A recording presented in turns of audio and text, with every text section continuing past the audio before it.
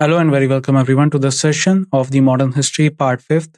In today's session, we are going to discuss the topics like the national movements and revolutionary movements, and we will see what we can learn from them, what we can write in our notebooks, and that would be helpful in our upcoming exams. So let's start. So before we start, the images used in our slide deck are for educational purpose only. We respect the intellectual property rights of the original creators and owners of these images. If you are the owner of any of the images used in this deck and have any concerns or issues, please contact us at sathee@iitk.ac.in and we shall remove the images. So first topic that we are discussing today is the emergence of Gandhi. So we will see that how Gandhi became a national leader and what he had done in South Africa and what he had done in India after he came back from South Africa. So Gandhi returned to India from South Africa on January 9, 1915. This day is basically celebrated as the NRI Day, that is Non-Residential Indians Day. And Gandhiji was there and he particularly created a lot of satyagraha movements in South Africa. He also created a lot of farms where he particularly hold the operations that would help the people of South Africa who are living in South Africa to get the rights that are required to live. So let's read further. So let's first of all let's learn some of the facts related to him. So we all know birth, that is on 2nd of October 1869 at Porbandar in Gujarat. Basically at that time this place was not called Gujarat. This place was a total area called Bombay, and the Porbandar was the part of Kathiawad agency. Okay. After independence, it was basically divided into Gujarat and Maharashtra. His parents were father was Mr. Karamchand Gandhi and mother was Putli Bai. And if we take the full name, so Mahatma Gandhi's full name was Mohandas Karamchand Gandhi, and his father's name was Karamchand Uttamchand Gandhi. His wife was Kasturba, and he married to her in 1883. And if we talk about children, so Gandhiji had 4 children basically: Harilal, Manilal, Ramdas, Devdas. And his political guru was Gopal Krishna Gokhale. Remember that also. And he was known as political guru because he was the one who called Gandhiji to visit to visit particularly in India and or to come back to India and start his work for the freedom of our country. Now let's read some of the literary works he had done. So one is Hind Swaraj, that was in 1909, and My Experiments with the Truth. And these are the 2 books he had written. My Experiments with the Truth is an autobiography written originally in Gujarat language. He also used to publish some journals and papers like Indian Opinion. Remember one thing, Indian Opinion was the paper that he used to write in South Africa, not in India. After that comes the Harijan. So Harijan was the paper that he started writing after the Pune Pact was signed. And the Pune Pact was signed basically on 24th September 1932, we all know. And in that particular pact, there was a kind of a pact that was signed between Dr. Bhimrao Ambedkar and Mahatma Gandhi. And in that pact, we already know that the particular reservation was discussed and was given to the depressed classes of our country. And that is why, to create awareness, he started Harijan. And apart from that, he also used to write Young India and Navjivan. Navjivan used to be written in Gujarati. He established Sabarmati Ashram in Ahmedabad on 25th May 1915. So we all know that Gandhiji came back on 9 January 1915, and after that he particularly started the Ahmedabad Ashram, which was earlier name of Sabarmati Ashram. And Sabarmati Ashram is why it is called Sabarmati Ashram, because it is situated beside the Sabarmati river of Gujarat in Ahmedabad. And he established it in 1915. He remained in Sabarmati Ashram. He operated all the things from Sabarmati Ashram till 1930, when the civil disobedience movement was started in 1930. So that was the last time Gandhiji left Sabarmati Ashram with a oath that he will return back to Sabarmati Ashram only after the India got independence. But after India got independence, he remained in Bengal, first of all in Naukhali, when the riots were going on, and after that he remained in Delhi. And finally, on 30th January 1948, we all know that he was assassinated by Nathuram Godse, and he never came back to Sabarmati Ashram after 1930. And that is why he also established Sevagram Ashram, that is in Wardha. After leaving the Sabarmati Ashram, Sevagram Ashram was particularly created. And that was created by Jamna Lal Bajaj. Jamna Lal Bajaj was also known as the fifth son of Mahatma Gandhi. He was not a biological son, but he used to follow Gandhiji and he used to help Gandhiji in a lot of financial things. So that was the Sevagram Ashram was also created by Mr. Jamna Lal Bajaj. And as I was saying, Gandhiji was assassinated on 30th January 1948 at Birla House in Delhi by Nathuram Godse. So that is the basic information about Mr. Gandhi, that where he was born and all that. So let's read further. So Gandhi in South Africa. Now we need to learn that what he had done in South Africa. What are the major things that happened in South Africa?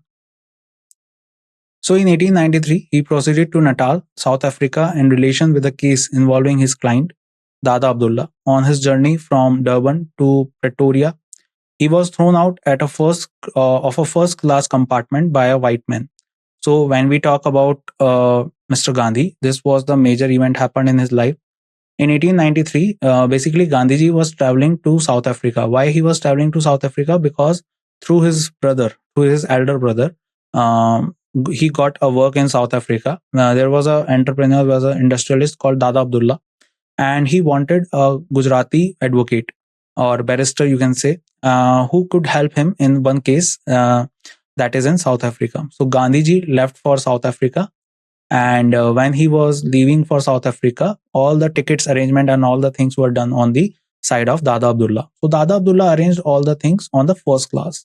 So when the Gandhiji was going from Durban to Pretoria, so basically he was traveling from first class, and this was the time when apartheid was the particular element that was used by Britishers in all the colonies, and Gandhiji was unaware of it. So Gandhiji was traveling from the first class with the first in the first class.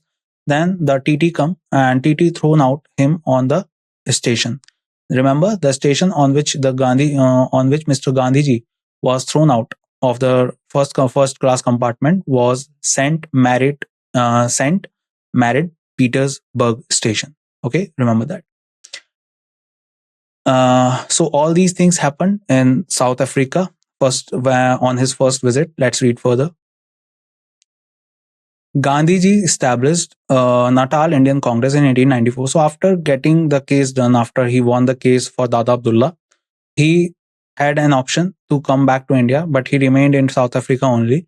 And he knew that the apartheid and racism was on peak in South Africa. That is why he did not want to come back, and he wanted to fight. So basically, he opted to fight on the basis of non-violence and satyagrah. So basically, for that purpose, the first thing that he had done was to create a party that was known as Natal Indian Congress. And do remember, it was established in 1894 by Mr. Gandhi. Also, if you are creating a political party, so you require to publish some journal, some paper, so that you can create awareness. So he started a paper called Indian Opinion in 1903. In 1904, he established Phoenix settlement in Natal. So here are two very important informations that you need to write down in your notebook. First is that what was the name of the journal that Gandhiji used to wrote down in South Africa. That was Indian Opinion, and that was started in 1903. And in 1904, he established the Phoenix settlement. Before that, I would like also to tell you one more thing, that before all this settlement, the Phoenix Ashram and all that, Gandhiji also established the particular ambulance corps, as the Boer wars were going on in South Africa between the Britishers and the region of Boer. And all the Britishers, all the sepoys, all the army personals who are particularly getting injured and all the things are happening, they were to be given some medications and all that. So that were given by this ambulance corps that was created by Mr. Gandhi. So when we talk about this process, so Mr. Gandhi was the one who created it, and that is why later on, when he created the ambulance corps in the Boer Wars, for this thing, later Gandhiji was also given a title by the Britishers that was famously known as Kesare Hind. I hope you know that, and which later during the incident of Jallianwala Bagh, Gandhiji returned back to Britishers. That title was Kesare Hind. Why Kesare Hind was given? Because Gandhiji created ambulance corps to help British officers or army in the Boer Wars. In 1910, Gandhi established Tolstoy Farm in Johannesburg with support of his German architect. This is really important. Guys, do remember there's a name coming that is Tolstoy. So this was a poet. He was a poet. Leo Tolstoy was a full name, and he was a poet from Russia. We all know that Russian Revolution was also happening in between these times. The time when Russian Revolution was happening was 1917, 1918. Okay, and Tsar, the monarch of Russia, was basically de-established, and basically the kind of a socialism and communism, a mix of that, was created in Russia by Lenin, Vladimir Lenin. So during that time, there was a poet in Russia that was famously known as Leo Tolstoy. So Leo Tolstoy wrote a particular letter to Mr. Taraknath Das, Indian industrialist. The letter is famously known as a letter to a Hindu. In that letter, Tolstoy told Mr. Taraknath Das the only way in which the Indians can get freedom from the British are two ways. One is non-violence and another one is satyagrah. So here you can get the point that how Gandhiji is related to Leo Tolstoy and why he created a farm with the name of Tolstoy Farm. So Gandhiji created in 1910 the Tolstoy Farm in Johannesburg with the support of his German architect friend Callen Back. I hope it is clear. So this was all done in South Africa. Apart from it, what particular things, all other things that are happened in South Africa. So one thing, two things also happened. One is Gandhiji particularly used the satyagraha as a tool for the first time in South Africa in 1905 and 6 during the Registration Act. The particular Registration Act came and it was signed by Britishers, in which all the people other than British who are living in Africa, in South Africa, have to register themselves with the British registration office, and also all the Asians and Indians need to carry that registration card with them every time. If it is not found with them at any point, they can be arrested and imprisoned. So this was the act came around 1905. So for against this particular act, Gandhiji started the satyagraha. So this was the first time when Gandhiji did satyagraha in South Africa. Also later Gandhiji was also imprisoned for the first time in South Africa only, when another act came in which Britishers were declaring all the marriages illegal that were done by Asians in South Africa. So that at that time Gandhiji again created a satyagraha movement in South Africa, and at that time he was imprisoned. So these are the things happened in South Africa, and that is why you can understand that how Gandhiji became famous during this time. Three significant struggles. Now let's read out that how Gandhiji came back and what happened after that. So as we read out in the first slide that Gandhiji came back on 9th of January 1915 on the call of Mr. Gopal Krishna Gokhale. So when Gopal Krishna Gokhale called Mr. Gandhi back, so Gandhiji, first of all, when he came back, so Gokhale asked Gandhiji to particularly travel throughout the country and try to understand that what is the particular trouble that Indians are going through. So after that, Gandhiji took at least 2 or 3 months to travel all over India, and after that he established the Sabarmati Ashram. Now after that, in 1916, before I read out the slide, I need to tell you the backstory. So in 1916, we all know that Banaras Hindu University was created by Mr. Madan Mohan Malviya, and during the inauguration, Gandhiji was also invited along with all the different type of national leaders and monarchs and kings and all that.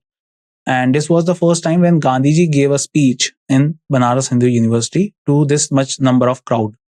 After he gave the speech, He became famous because he criticized each and every person living in this country for the condition that we are living in currently. After that, Gandhiji came in the eyes of different people. So during the period of 1917 and early 1918, Gandhiji was involved in three significant struggles. That is why people are asking for Gandhiji and asked him to particularly visit their places. So let's read out further. Like you can see, Champaran Satyagraha. So in 1917, Champaran Satyagraha happened. And if we talk about Champaran Satyagraha, so Champaran Satyagraha was Champaran is a place in Bihar. And during his visit to Banaras Hindu University, he met a lot of people. And later in Lucknow, also the 1916 Indian National Congress uh, session was also holded. In that session, during that session, Gandhiji met Rajkumar Shukla. So let's read further. So Rajkumar Shukla invited Gandhi to look into the problems of farmers in the context of indigo planters in Bihar. Peasants were forced to grow indigo on 3 by 20th part of the land, that is famously known as Teen Katiya system. So let me tell you first of all about this system in a brief. So if you are a farmer, you have to grow indigo on three parts of your land, dividing the land into 20 parts. On three parts, you have to cultivate the indigo only. Now, there are certain issues in cultivating indigo. First, indigo is a kind of a crop that require a lot of water, and because of which, if some person, if farmers are growing indigo in their land, so it will drain out every the last drop of water of the land, and hence the land becomes drought. So it will not be useful for further cultivation of any other type of crops. Second point, the demand of indigo is for Britishers only. It is not required in the commercial market or any other place, because Britishers use this particular indigo for dyeing purpose, for coloring the clothes. But during this time, one more thing is happening. In Germany, the machines are introduced that are helpful in dyeing or coloring the clothes. So now the requirement or the demand of indigo has gone down. So Britishers are purchasing the indigo on their own rate and without any kind of dealing with the farmers. Farmers have to sell the whatever rate Britishers are offering, and also Britishers will ask for taxation. On the other side, their land is becoming drought. So you can understand that why this process of cultivation of indigo is very worrying thing for farmers. So that is why this process was not very helpful. So that is why Rajkumar Shukla invited Mr. Gandhi to visit his place, Champaran. European planters demanded high rents and illegal dues to maximize their profits. As I was saying, a committee was constituted to look into the issue, and Gandhi was member of the committee. So Gandhiji started the Champaran Satyagraha in April 1917. And as soon as he started, he was arrested in Champaran. But when he was presented in the court, so he asked the Britishers that what are you doing in this country, first of all, and second thing, that what are you doing with these people. So a committee was constituted on the demand of the people, and Mahatma Gandhi was the member of that. The Teen Katiya system was abolished, and 25% of the compensation was provided. So basically, after this whole this process, the Teen Katiya system was abolished in Champaran, and also 25% of profit was given, of compensation was given to the farmers. So it was a kind of a first win for Gandhi during the Champaran struggle. Other leaders associated were Rajendra Prasad, Mazhar ul Haq, Mahadev Desai, Narhari Parekh, J.B. Kripalani, etc. So all these people were present there who helped Gandhiji in this particular movement, especially Rajendra Prasad. This was the first time when Gandhiji met Rajendra Prasad. So I hope this point is clear to all of you. And do remember one more point, one last point.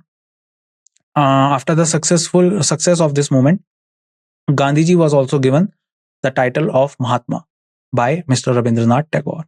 Now we have to discuss Ahmedabad and Kheda movement.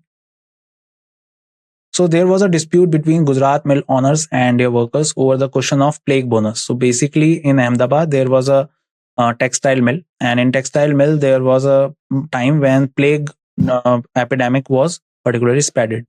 And in respect of that, the mill owner particularly promised to give the plague bonus to all the people who are working in the factory. But later, the bonus was not given, and increment was also not given. So, a kind of a chaos was happening in this in the mill.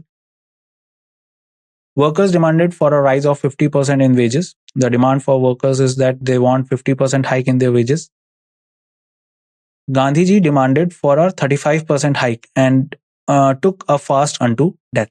So this was done by Mr. Gandhi, that he particularly also dealt between the mill owner and the laborers, and he remained on 35%. And also remember that this was the first time when Gandhiji used the tool or the power or the weapon of fast unto death.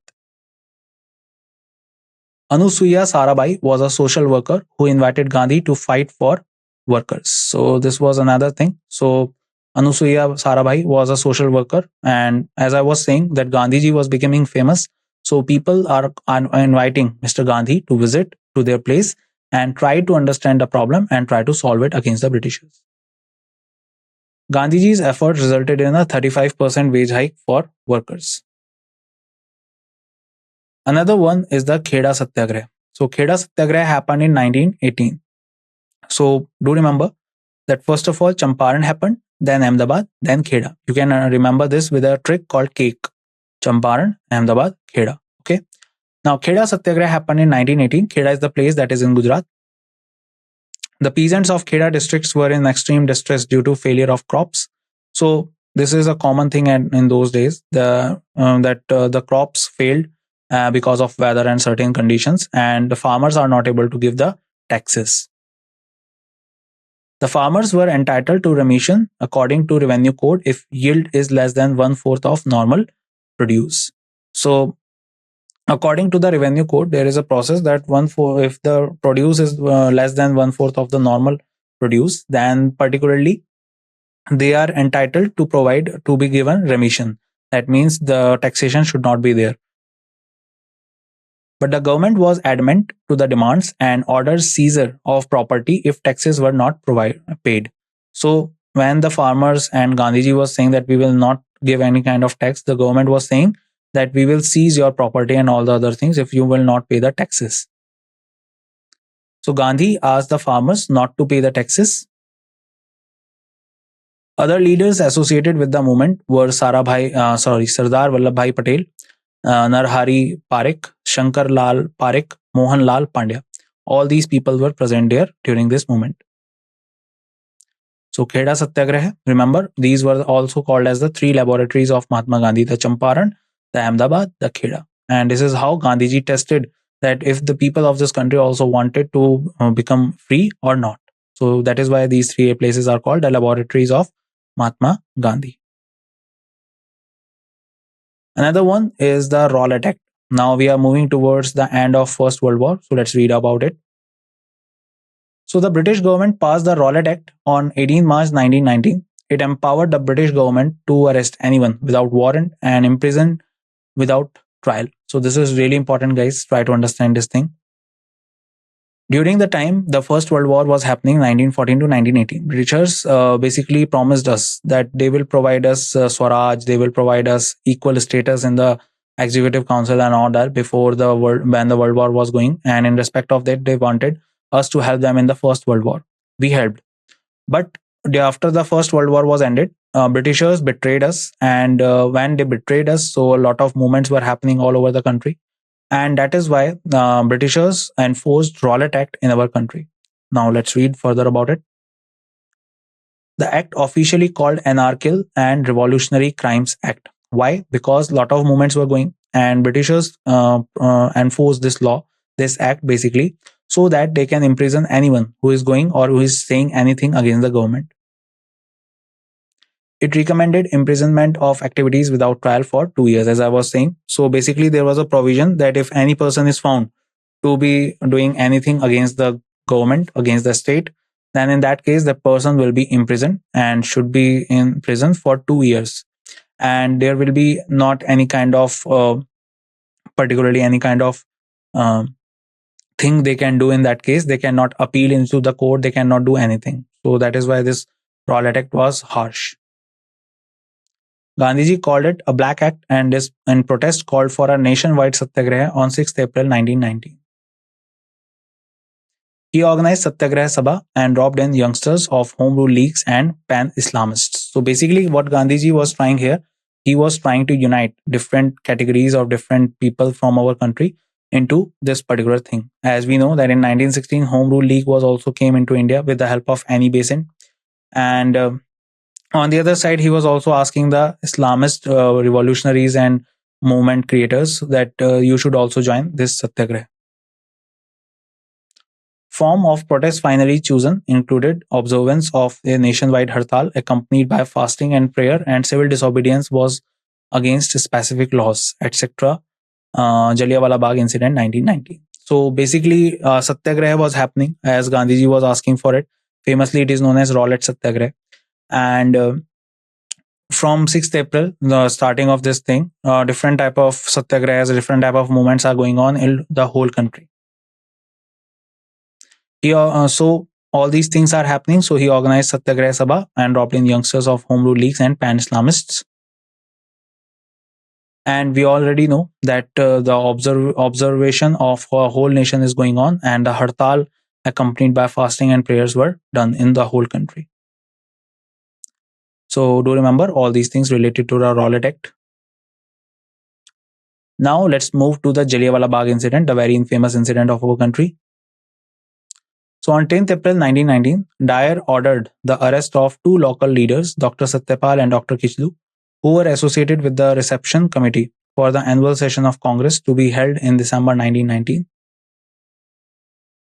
The protest against their arrest, a peaceful public meeting, was held at Jallianwala Bagh in Amritsar on Baisakhi Day on 13th April 1919, where Dyer arrived with armored cars and troops and fired on the crowd without warning, while at the time martial law was imposed and people were unaware. Gandhiji surrendered his Kesare-Hind medal, and Rabindranath Tagore renounced his knighthood in the protest against this incident. So let me now tell you a bit about it. So basically, after the Rowlatt Act came, on 10th of April, two particular revolutionaries were arrested. As Gandhiji came back to India, a lot of people from Britain and all over the country were coming back to our country for starting the protest against the British. So two of them were Dr. Satyapal and Dr. Saifuddin Kichlu. So both these people were revolting in Punjab, and in Punjab, the governor was General O'Dwyer. Okay, remember that. And he ordered martial law in Punjab. And as soon as the martial law was imposed, and on the other side, Rowlatt Act was also there. So both Dr. Satyapal and Dr. Saifuddin Kichlu were arrested. When they both were arrested on the basis of Rowlatt Act, a kind of a sabha was organized, a kind of a meeting was organized in the Jallianwala Bagh on 13th April 1919. That is the famously known as Baisakhi Day. And when this meeting was going, so the O'Dwyer, the governor of Punjab, ordered his subordinate, that was Reginald Dyer, that was the brigadier at that time, famously known as General Dyer. So the O'Dwyer ordered General Dyer or Brigadier Dyer to go in this place and set an example that will be remembered by the generations of India. So as soon as the order was given, General Dyer, the Brigadier Reginald Dyer, came into the Jallianwala Bagh and started open fire on the people without any kind of warning. And in this infamous incident, a lot of people died. We all know Jallianwala Bagh, it is in Amritsar. And after this incident, Mahatma Gandhi, he returned the Kesare-Hind title, and Rabindranath Tagore also renounced his knighthood title. On the other side, the Khilafat movement was also going on. So let's read about it also. So during the First World War, Turkey was an ally of Germany against Britain. The Sultan of Turkey was the Khalifa of the Islamic world. Turkey was defeated in the First World War. It hurt the sentiments of Indian Muslims who regarded Khalifa as the religious head of the Muslim world. Maulana Muhammad Ali and Maulana Shaukat Ali started the Khilafat movement. A Khilafat committee was formed under the leadership of Maulana Azad, Hakim Ajmal Khan, and Hasrat Mohani. All India Khilafat Conference was held in Delhi on 23rd November 1919, which was presided over by Gandhiji. So firstly, let's talk about the Khilafat movement, and after that we will move to Rand murder. So what happened is basically that after the First World War was ended, two infamous treaties were applied. One was on Germany, that is famously known as Treaty of Versailles. We will discuss about it later. And the other one is the Treaty of Sevres. So Treaty of Sevres was applied on Turkey. Turkey was the place where the Khalifa resides. Khalifa was a particular type of a post, and that is a religious and political post for Islamic countries. And this particular process was started after the Muhammad, Prophet Muhammad was particularly gone. And after Prophet Muhammad, Khalifa was the only post that is particularly religious and politically very important in the Islamic world. So this is the time in 1919 when the Khalifa was disposed from his post, and all the people all around the world who are the pan-Islamist people, they started a movement called the Khilafat movement. Basically, this movement was started by the Ali brothers, Maulana Muhammad Ali and Shaukat Ali. They are famously known as Ali brothers. Gandhiji also became the part of it, as Gandhiji was appointed as the president of their meeting, of their conference on 23rd November 1919, and this was the moment happened at that time. On the other side, Rand murder. Now let's read more about the revolutionary movement as well, because on one side the nationalist movements were going, and on the other side revolutionary movements were also going. So Rand murder on 22nd June 1897, the first political murder of the British was committed by the Chapekar brothers, Damodar Hari Chapekar and Balkrishna Hari Chapekar, Vasudev Hari Chapekar. The Chapekar brothers attacked and murdered W.C. Rand, and his military escort, Lieutenant Ayerst, was shot accidentally. So what happened basically is that uh,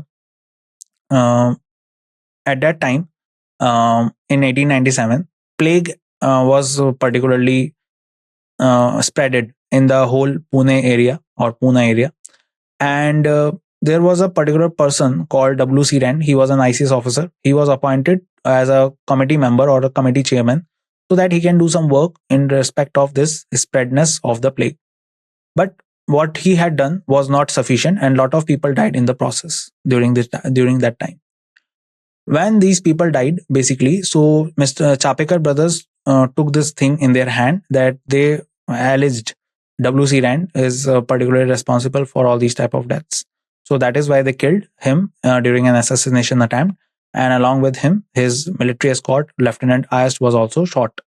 And this was, you can also say, the first assassination of any British officer after the 1857 revolt. Before that, in 1872, Lord Mayo was also killed. That was the first viceroy killed during his visit to Andaman and Nicobar. So I think all these things are clear. Let's read further. So Alipur bomb conspiracy case, another revolutionary movement. On 30th April 1908, Praful Chakki and Khudiram Bose made an attempt to kill Douglas Kingsford by throwing a bomb to a carriage who was traveling, but unfortunately Douglas Kingsford was not in the carriage at which the bomb was thrown, and instead two British ladies got killed.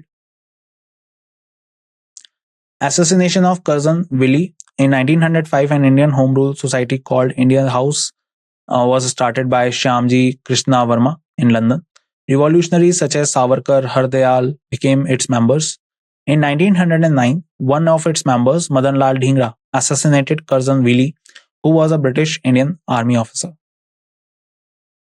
So now let me tell you about both these murders. First is the Alipur bomb conspiracy case. So this judge, that was Douglas Kingsford. He was a judge basically, and he was famous for giving death sentence in the first date to all the revolutionaries. If any kind of case is coming in front of him, he will directly give them death sentence. So this was given, and during this time particularly, Mr. Praful Chakki and Khudiram Bose, they were so enraged, they were so in anger that they tried to kill Douglas Kingsford. They threw a bomb, but Douglas Kingsford's cart was saved from it. But on the other side, his wife and his daughter died. After this process, after this incident, Praful Chakki committed suicide, and Khudiram Bose was particularly given death sentence, and he became the youngest martyr of India so far. Remember his name, Khudiram Bose. Another one is the assassination of Curzon Willie. So basically what happened was that India House was created in London, and basically this was the place which is famous for all the revolutionaries that are living together and creating some kind of things that can some kind of disturb the government of Britain. So basically during this time, there was a member of it, that was Madan Lal Dhingra. He killed the Curzon Willie, and who was a British Indian Army officer and also famous for giving harsh punishment to the revolutionaries. So that is why Madan Lal Dhingra killed him and also given death sentence after that. Some other movements also. Delhi conspiracy case, another important movement. So on 23rd December 1912, Ras Bihari Bose and Sachendra Nath Sanyal made an attempt to assassinate the then Viceroy, Lord Hardinge, by throwing a bomb. Basant Kumar Biswas, Awadh Bihari, and Amir Chand were convicted for the attempt and were executed. Ras Bihari Bose escaped from the arrest. Gadar movement 1913, very important. A revolutionary group called Gadar Party was established by Lala Hardayal at San Francisco. It was established to carry out revolutionary activities against the British. So let me tell you both these things. First is the Delhi conspiracy case. So at that time, the viceroy of our country was Lord Hardinge. And two people, one was Ras Bihari Bose and another one was Sachendra Nath Sanyal. They attempted to assassinate the viceroy and with the help of a bomb, by throwing a bomb. And but they were particularly not successful in killing the Lord Hardinge, just giving a lot of injuries to him only.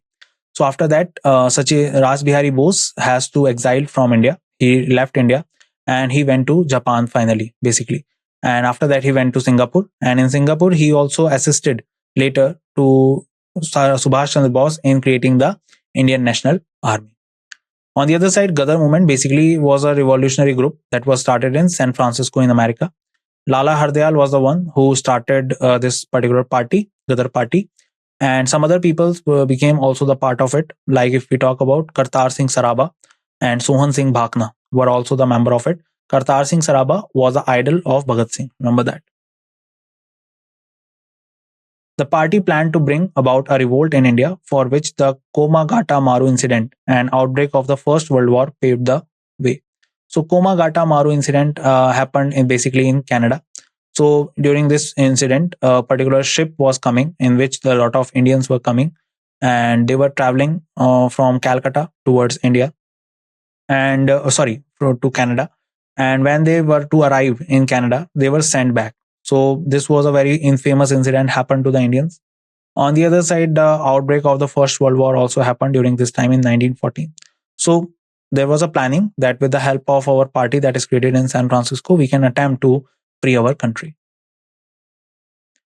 In 1908, Bara dacoity took place in order to raise funds for carrying out the revolutionary movements. Pulin Bihari Das organized the dacoity.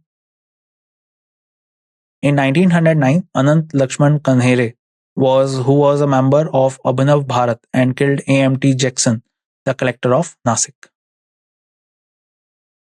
So these are some of the attempts to assassinate some of the Britishers in our country. Revolutionaries, extremists. Let's read more about them.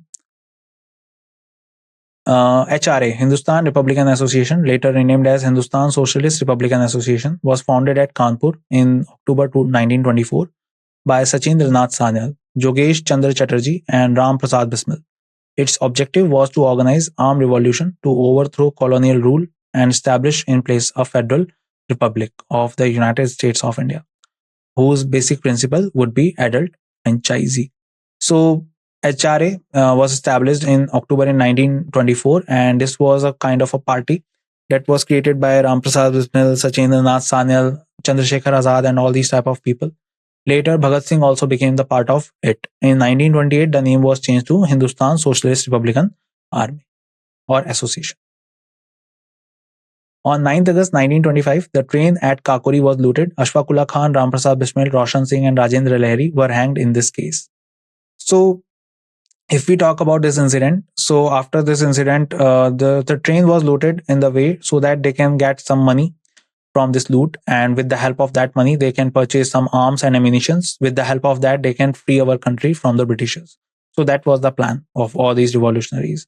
But as soon as this incident happened, the famous people like Ashfaqullah Khan, Ram Prasad Bismil, Roshan Singh, and Rajendra Lahiri, they were arrested and they were given death sentence. Like Ashfaqullah Khan, he was particularly hanged in Ayodhya, that is at that time known as Faizabad. And Ram Prasad Bismil was basically hanged in Gorakhpur.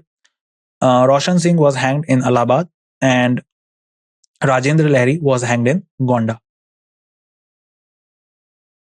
Saunders murder, HSRA revolutionary organized this plan. So this happened in 1928. Saunders, police official responsible for the Lathi charge in Lahore and for the death of Lala Lajpat Rai during anti-Simon Commission protest. So Simon Commission arrived in Lahore in October 1928, and Lala Lajpat Rai, along with some revolutionaries like Bhagat Singh and others, were revolting or were particularly doing protest on the railway station. At that time, William Scott and Saunders were present there, and William Scott was a superintendent. He ordered lathi charge, and in that process, Lala Lajpat Rai was injured and was later died. So the members of HSRA were so in vengeance at that time that in a month only they killed the person called the Saunders. They were to kill William Scott, but William Scott was not there. So at that time, Saunders was killed. Two people that were, if we talk about Bhagat Singh and along with him Rajguru, were the two who fired on Saunders. Bhagat Singh, Azad, and Rajguru shot dead Saunders. Basically, Rajguru and Bhagat Singh were the two who shot at him, and Azad was there to protect and to make the escape route for Bhagat Singh and Rajguru. And this incident was famously known as the Lahore Conspiracy 1928. Some other revolutionaries' extremities. So Bhagat Singh, Sukhdev, and Rajguru were hanged on 23rd March 1931 in Lahore conspiracy case. This day is famously known as Martyrs' Day. On 8th April 1929, bomb in the Central Legislative Assembly was thrown in order to protest against the passage of the Public Safety Bill and Trade Disputes Bill, which were restrictive on civil liberties. The bombs had been deliberately made harmless and were aimed at making the deaf hear. So basically, there were two bills were to be passed in the Legislative Assembly, in the Central Legislative Assembly, and these two bills are also there to put some restrictions on the people of this country.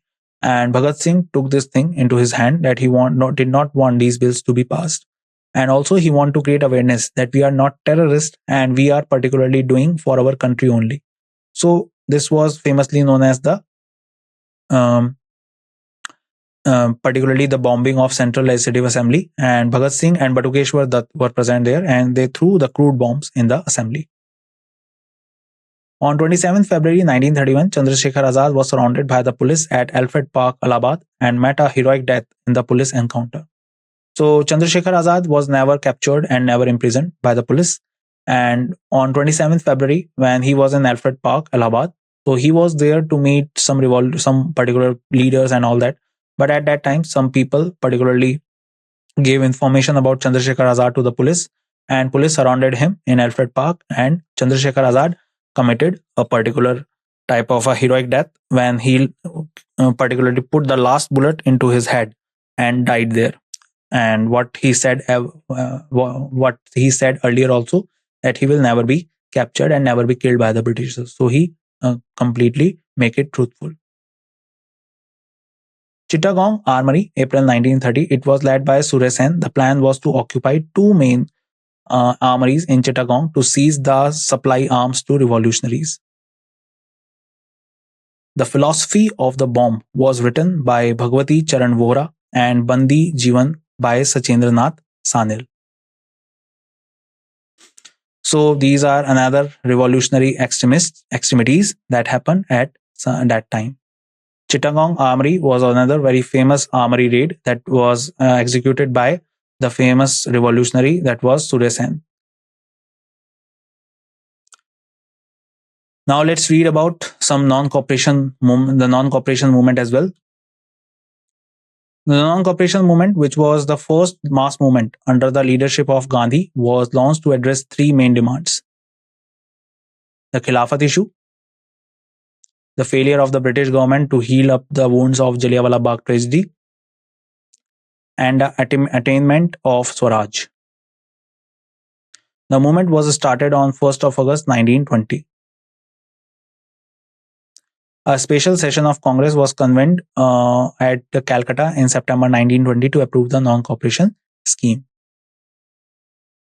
The Nagpur session of INC, December 1920, it changed the constitution and defined its object as the attainment of Swaraj by peaceful and legitimate means. The resolution of non-cooperation was again repeated and adopted at this session.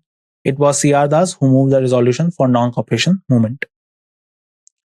So now let me tell you a brief explanation about all of these things happening at that time. So basically, Gandhiji was to create a mass movement or a mob movement in our country. So famously, this non-cooperation movement is known as the first mob movement. Gandhiji asked the people to boycott any kind of thing from the Britishers, any job, any school, college, and all the other things, services, and all that. And also, Gandhiji asked the people to follow only Satyagraha and Ahimsa. That means truth and non-violence, so that we can get the Swaraj. And he also said that we will get Swaraj in a year if we follow all these instructions.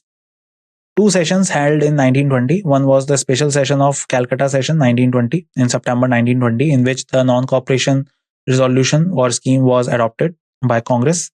And in Nagpur session, all the other instructions were given. So do remember, two sessions were held in 1920. First in Calcutta, then the annual session in Nagpur. The Congress session held in 1921 and Ahmedabad called upon the people not to pay taxes to the government. So this is another instructions given by the Congress at that time. The non-cooperation movement gained momentum through 1921, 1922. The thousands of students left government-controlled school and colleges. Many lawyers such as Motilal Nehru, C.R. Das, C. Rajgopalachari, and Asaf Ali gave up their practices. So as you can see that during all the time of 1921, 1922, the people were following Gandhiji completely, and they were doing whatever Gandhiji was asking them to do.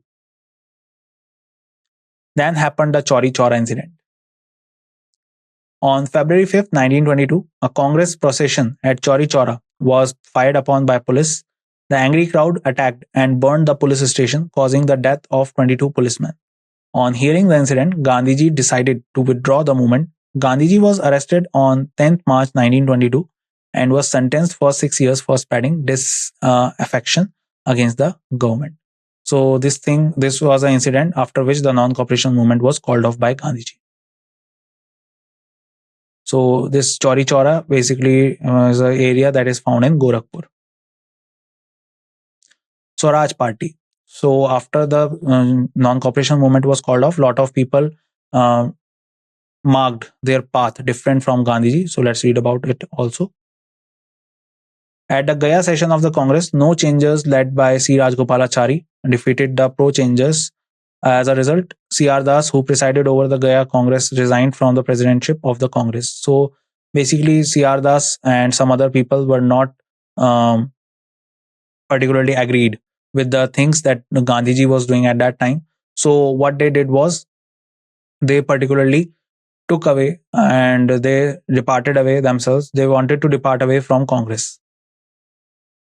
On 1st January 1923, C.R. Das and Motilal Nehru formed the Congress Khilafat Swaraj Party, better known as Swaraj Party. C.R. Das was the president and Motilal Nehru was the secretary of the new party. Swaraj Party was to function as a group within the Congress. The elections of the legislatures were held in November 1923 under the Government of India Act 1919. The Swarajists won 42 out of 101 elected seats in the Central Legislative Assembly. Here you can see the photo of Mr. C. Rajgopalachari. So if we talk about all this process, so as I was saying, a lot of people were marking their way different from Gandhiji, and they were not approving or agreed what Gandhiji was saying as he called off the non-cooperation movement. So Swaraj Party was basically created and elections were also particularly contested by this party. And the president of this party was C.R. Das and Motilal Nehru was the secretary. But after the death of C.R. Das, the party again collapsed and merged back into the Congress. Now comes the civil disobedience movement and Congress rule in province. So Simon Commission. First of all, we need to know about that. On 8th November 1927, the Secretary of State for India, Lord Birkenhead in London, and the Viceroy Lord Irwin in New Delhi announced the setting up of an Indian Statutory Commission under John Simon, commonly referred to as the Simon Commission, was a group of seven British members of parliament under the chairmanship of Sir John Simon. So basically, in 1919, under the Government of India Act, famously known as Montague-Chelmsford reforms, there was a point also given that after 10 years, a commission will be formed and that will look into the things that how the next act will be enacted in our country and what are the provisions that will be added in the next act. So Simon Commission was constituted in 1927, 2 years prior to the date decided, and all the members of the Simon Commission were white, and no Indian members were included. So at that time, the chairman of this commission was Sir John Simon. Remember, there was also the member of Simon Commission who was Clement Attlee, who later became the Prime Minister of Britain, and he was the Prime Minister of Britain when India got independence. The objective of this commission was to report on India's constitutional progress for introducing constitutional reforms. The commission, in addition to the chairman, consisted of 6 members. Party-wise, there were 4 conservations, 2 laborities, and 1 liberal. It was an all-white commission with no Indian representation, as I was saying. When Simon Commission landed on 3rd February 1928 in Bombay, complete hartal was observed in all cities and towns. Processions were taken out with the slogan, "Go Simon, go back." So this was the slogan given at that time, and people were protesting and following wherever Simon Commission was going. People are protesting and giving one slogan, that is Simon, go back. The report of the Simon Commission published on 27th May 1930. So this was the time when Simon Commission came and Simon Commission published their report. Later, on the report of Simon Commission, 1935 Government of India Act was based. Major recommendations of the Commission. It proposed the abolition of diarchy and establishment of representative government in the provinces. So basically, the diarchy was particularly created at the center in the 1919 Government of India Act, and now the commission is saying that we should abolish the diarchy at the center and establishment of representative government in the provinces should be there. That means provincial autonomy. It recommended the separate communal electorate be retained. So they are also now intervening into the giving reservation for the depressed classes and also the Muslims and other particular community living in our country. It accepted the idea of federalism, but not in the near future. That is why in 1935 Government of India Act, federalism was a part of it, but never implemented. It also suggested that the Indian army should be Indianized through British forces must be retained. So basically, they were also saying that the Indian armies should be Indianized only. That means the Indians should be the part of it, but British forces must be retained. That means the British particularly are the controller of it. So these are some of the recommendations of the Simon Commission. Now comes the Nehru report, very important. So when Congress gave a call to boycott the Simon Commission, Lord Birkenhead, the Secretary of State for India, challenged the Indians to formulate a concrete scheme of constitutional reforms which had the support of wide sections of Indian political opinion. So basically, at that time when Simon Commission was appointed, the Secretary of State was, remember, Lord Birkenhead was the secretary. Sorry, I was saying Birkenhead. It is Birkenhead.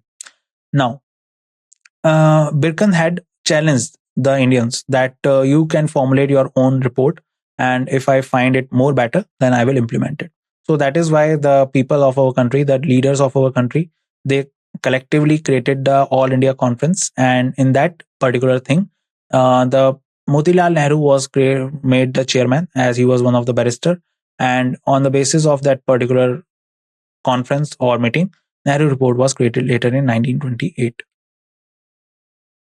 An answer to Lord Birkenhead challenge prepared by a committee headed by Motilal Nehru. The committee included Tej Bahadur Sapru, Subhash Chandra Bose, M.S. Annie, Mangal Singh, Ali Imam, Suab Qureshi, and G.R. Pradhan as its member. Nehru reports were submitted in August 1928. Some important features of Nehru report were: it defined dominion status as the form of government desired by India. So first thing that was asked in Nehru report was dominion status, which we were asking for a very long time. And we all know that in 1906, during the Calcutta session, we asked for Swaraj for the first time. And since then, we are asking for dominion status. It rejected the principle of separate communal electorates, which means the whatever type of reservation is given to different communities, we are rejecting it. It recommended universal adult suffrage, equal rights of women, freedom to form unions, and a dissociation of the state from religion in any form. So basically, the first thing that we are asking for the equal rights of women, first of all, then universal adult suffrage. That means the particularly right to vote in different type of elections. Other than that, freedom to form unions and dissociation of the state from religions in any form. So there, we are also asking that a particular state should not be associated with any kind of particular religion. So that was the time. The Nehru report was approved by the majority vote at the annual session of Congress held at Calcutta in December 1928. And do remember that during this session, Nehru report was approved. And do remember one more thing, that Motilal Nehru was the president of Congress at that time of the Calcutta session in 1928, and Nehru report was approved. Jinnah's 14 points. So Jinnah did not accept the Nehru report on the ground that it rejected separate electorate for the Muslims. That is obvious. He drew up a list of demands from the Muslims in the form of 14 points. These included demands such as separate electorate for Muslims, creation of Muslim majority provinces, reservation of posts for Muslims in all services of the state. So basically, Jinnah, Muhammad Ali Jinnah, was on the point that whatever will be there, a proper separate state should be there for Muslims. That is the only demand of Jinnah at that time. And he created 14 points regarding that. So this was the time when Nehru report was coming, and on the other side, Jinnah was putting forward the 14 points. Lahore session of Congress 1929, very important. So Lahore session of the Congress in December 1929 was presided over by Jawaharlal Nehru. The Lahore session passed a resolution declaring Poon Swaraj complete independence to be the Congress objective. So basically what happened was that in Lahore, the session was held in 1929 in December, and Jawaharlal Nehru became the president for the first time. Jawaharlal Nehru became the president of Congress, and during this time, the resolution of Poon Swaraj was particularly approved by the Congress. As now we are asking not only for Swaraj but for Poon Swaraj. That means total independence. On December 31st, 1929, the newly adopted tricolor flag of freedom was hoisted on the banks of Ravi River in Lahore. 26 January 1930 was fixed as the first Independence Day, Poon Swaraj Day, in order to perpetuate the memory of 26 January. Our new constitution was enforced on this day in 1950. So basically, we have passed the resolution of total independence. That means Poon Swaraj. So on 31st December 1929, on the bank of Ravi River, the tricolor was hoisted. And on 26 January 1930, the Congress declared it as the Poon Swaraj Day, that is to first Independence Day. And that is why on the particular remembrance of this day, later in 1950, the constitution was enforced on 26th January. So Lahore session of Congress 1929, Mr. Jawaharlal Nehru became the president of it. Now comes the disobedience movement and salt satyagraha. So the Lahore Congress of 1929 had authorized the working committee to launch a program of civil disobedience, including non-payment of taxes. So basically what was happening at that time, try to understand one thing, that salt is a basic entity and it is needed in every household in our country. But at that time, what Britishers were doing, that they are particularly controlling the salt, the supply of salt and the trade of salt, and they are making it a monopoly. And also they have increased the taxes. So during the Lahore Congress of 1929, the authorized working committee to launch a program of civil disobedience, including the non-payment of taxes. So this was all were discussed during 1929. Then started the Dandi March. So civil disobedience movement was started by Gandhi on 12th of March 1930 with his famous Dandi March. Together with 78 chosen followers, Gandhi walked nearly 240 miles, that is nearly 375 kilometers, from Sabarmati Ashram to Dandi, that is Navsari district, Gujarat. A village on Gujarat sea coast, he reached Dandi on 5th April 1930. So, if we talk about this, so Gandhiji started this movement against the increment of taxes on salt and the monopoly that the Britishers were creating. As we know, that salt is a very basic thing, and you can also create it on your own at the sea coast. So Gandhiji particularly created civil disobedience movement. That means that he is not obeying the law that was created by the Britishers at that time. On 6th April 1930, Gandhi, by picking up a handful of salt, broke the salt law as a symbol of the Indian people refusal to live under British made laws and therefore under British rule. So basically, civil disobedience means that we should, when a person do not obey any law, that is basically called the civil disobedience. So that was done by Gandhiji during his Dandi March. Satyagraha at different places. In Malabar, K. Kelapan, the hero of the Vaikom Satyagraha, marched from Calicut to Payanur to break the salt law. As influence from Mr. Gandhi, a lot of people are doing this movement at their regional places. So in Malabar, K. Kelapan became the leader of this Satyagraha. A band of Satyagrahis walked from Sylhet in Assam to Naukhali on the Bengal coast to make salt. This is another Satyagrahis who were working on the other side. C. Rajgopalachari organized a march from Trichinopoli to Raniam on Tanjore coast to break the salt law in April 1930. In Andhra, a number of Sibirams, military style camps, were set up in different districts to serve as headquarters of salt satyagraha. In the northwest frontier province, Khan Abdul Ghaffar Khan, popularly known as Frontier Gandhi, who formed a band of non-violent revolutionaries, the Khudai Khidmatgars, popularly known as Red Shirts, played an extremely active role in the civil disobedience movement. In the northeast, the Manipuris joined the movement, and a young Rani Gadin Lu, with her Naga followers, actively supported the movement. Jawaharlal Nehru was arrested on 14th April and Gandhiji was arrested on 4th of May 1930. Gandhiji was sent to Yerwada jail. In East India, there was a no tax campaign, that is refusal to pay Chaukidara tax. In Bengal, there was an anti-Chaukidara and anti-union board agitation.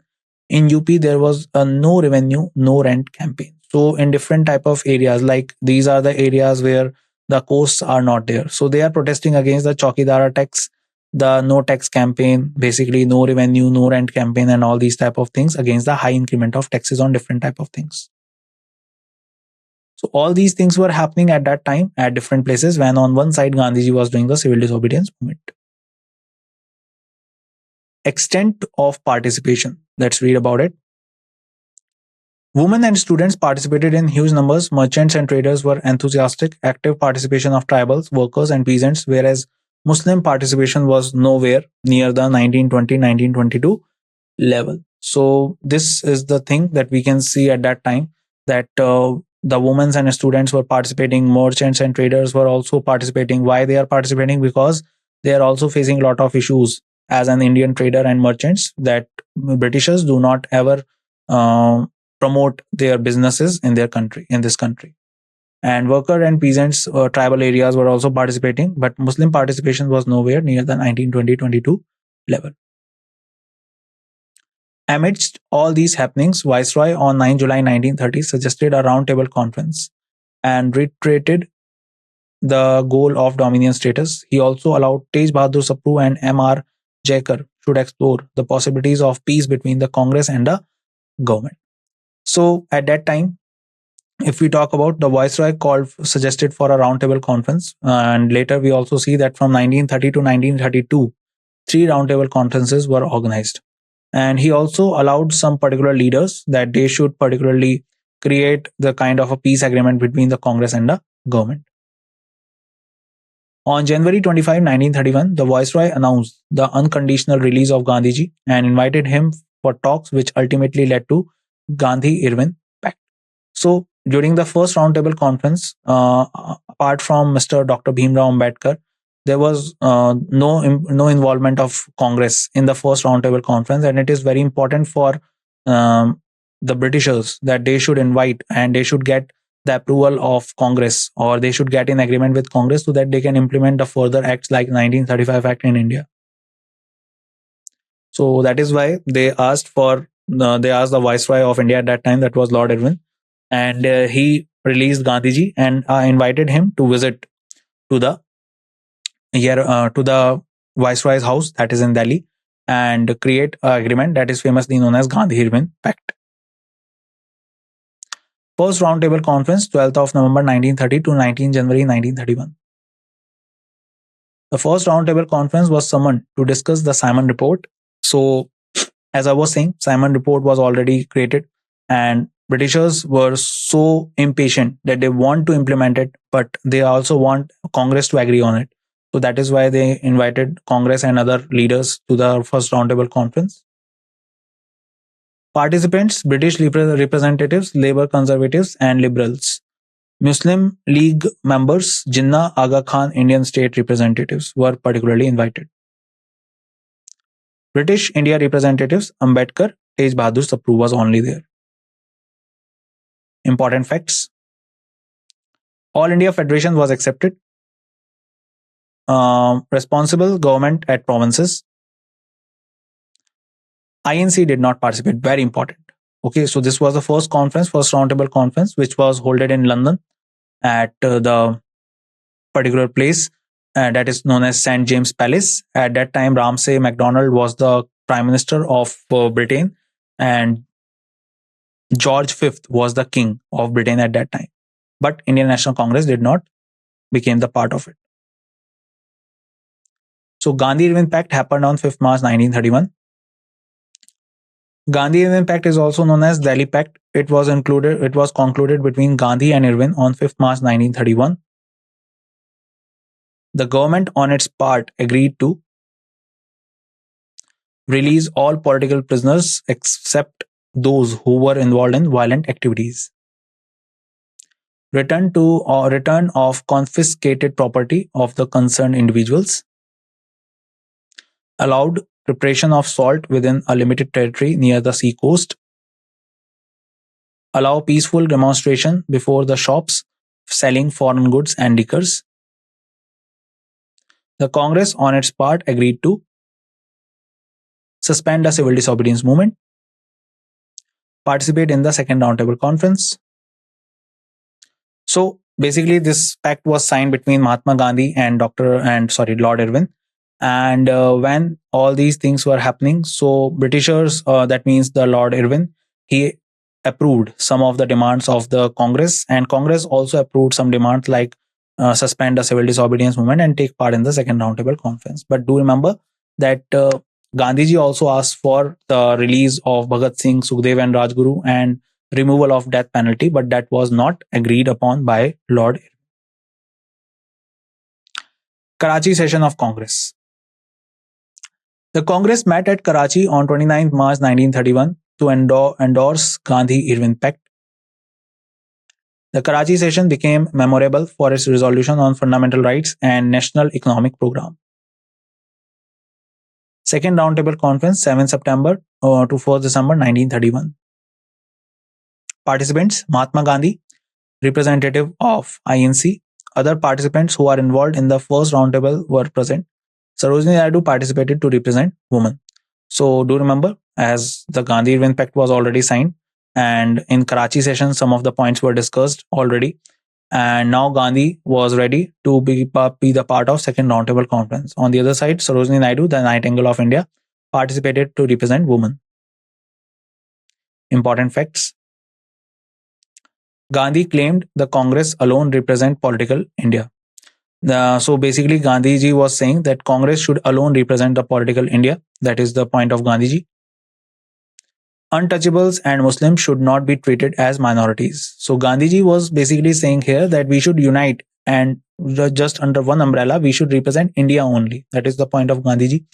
On the other side, untouchables and Muslims should not be treated. That means basically Gandhiji was also making the thing that we should not use any kind of reservation for depressed classes. That was the point, so that we can remain united. No separate electorate for minorities. That was another point. So these are the points that were given by Mr. Gandhi during this conference. Resumption of civil disobedience movement 1932-34. Civil disobedience was resumed after the failure of the roundtable conferences. Viceroy Wellington, by now, Lord Irwin was basically retired and Viceroy Wellington succeeded.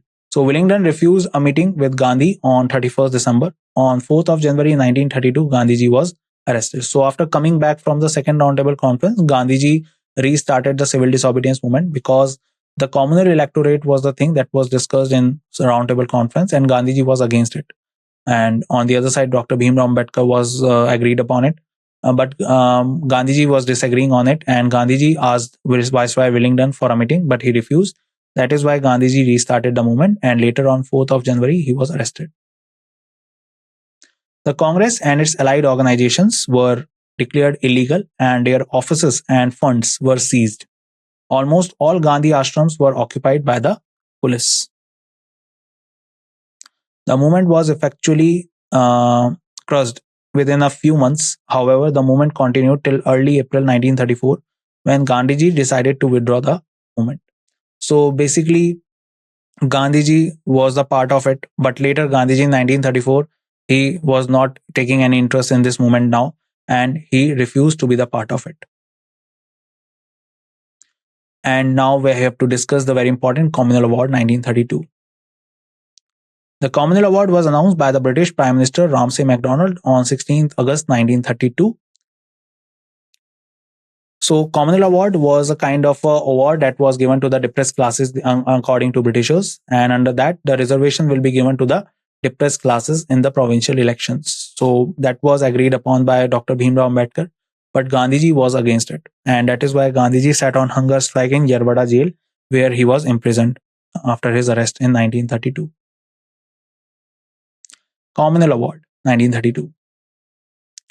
So Communal Award allotted to each minority a number of seats in the legislature to be elected on the basis of separate electorate. That is, Muslim would be elected only by Muslims and Sikhs only by Sikhs, and so on. Muslims, Sikh and Christians had already been treated as minorities. The award declared the depressed classes, scheduled caste of today, also to be a minority community entitled to separate electorate, and thus separated them from the rest of the Hindu. MacDonald, however, promised to accept any alternative scheme mutually agreed upon by the Hindus and the depressed classes. So this is again divide and rule implemented by Britishers, as they know that we have already created a divide and rule policy among Christians, Sikhs and Muslims in India. Now we can divide and rule on the basis of caste. So they were particularly implementing Communal Award. So this was again a strategy by the Britishers so that the people of this country will remain divided and they can continue their rule. Gandhiji fast unto death and Pune Pact 1932. Gandhiji was in Yerbada jail at that time, reacted very strongly. He demanded that the representatives of the depressed classes should be elected by the general electorate. He went on a fast unto death on 20th September 1932 to enforce his demand. So this was the time when Gandhiji started this fast unto death, and he wanted a general electorate only and not any kind of separate electorate for depressed classes. There was a point of Gandhiji that he wanted to make the people united only. Okay, he did not want people to get separated on the basis of this divide and rule policy. Various leaders, including Bhimrao Ambedkar, Madan Mohan Malviya, and M.C. Raja, finally found out a compromise with Gandhi in the form of Pune Pact. Ambedkar signed it on behalf of depressed classes, and Madan Mohan Malviya on behalf of upper caste Hindus, as a means to hand the fast that Gandhi was undertaking in jail. So basically, Dr. Bhimrao Ambedkar, we all know, was in favor of this Communal Award, and they have to finally compromise with Gandhi in the form of Pune Pact. Ambedkar signed it on the behalf of depressed classes, and Madan Mohan Malviya on the behalf of the upper caste Hindus, and also on the behalf of Gandhiji. And after that, Gandhiji and the fast unto death. According to the pact, the idea of separate electorate for depressed classes was abandoned. The seats were reserved for the depressed classes were increased from 71 in the award of to 147, and in the central legislature to 18% of the total. So basically, the separate electorate thing was particularly abandoned, and seats reserved for the depressed classes were increased. Earlier, they were 71 only, and now they are 147. And in central legislature, that means in the executive council, central legislative council, and executive council, that would be 18%. Third Roundtable Conference, 17 November 1932 to 24 December 1932. Participants, Labour Party and INC refused to attend. Ambedkar attended, Jinnah not attended. So these are the ups and downs happening during the three roundtable conferences. Provincial elections and formation of popular ministries in provinces. In the elections held in 1937, in the 1935 Government of India Act, provincial autonomy was adopted, and on the basis of that, the elections were conducted in the provinces. So, in the elections held in 1937 under the Government of India Act 1935, Congress got absolute majority in 5 provinces: Madras, United Provinces, Central Provinces, Bihar and Odisha, in Bombay, Assam and Northwest Frontier Provinces. So these are the 5 provinces where they got majority. Means they won the legislative elections of the provinces.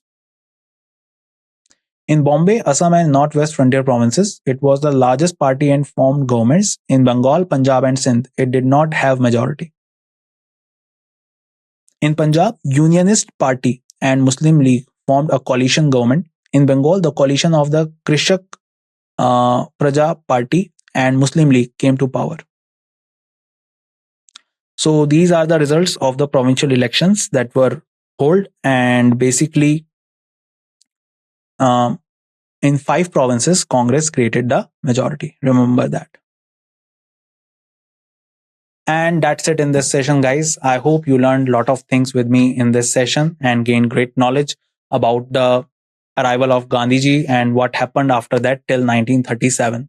I will meet you in the next session in which we will discuss the things further, and we will go to the time where we got independence. And till the time we meet in the next session, bye bye, take care everyone, and see you soon.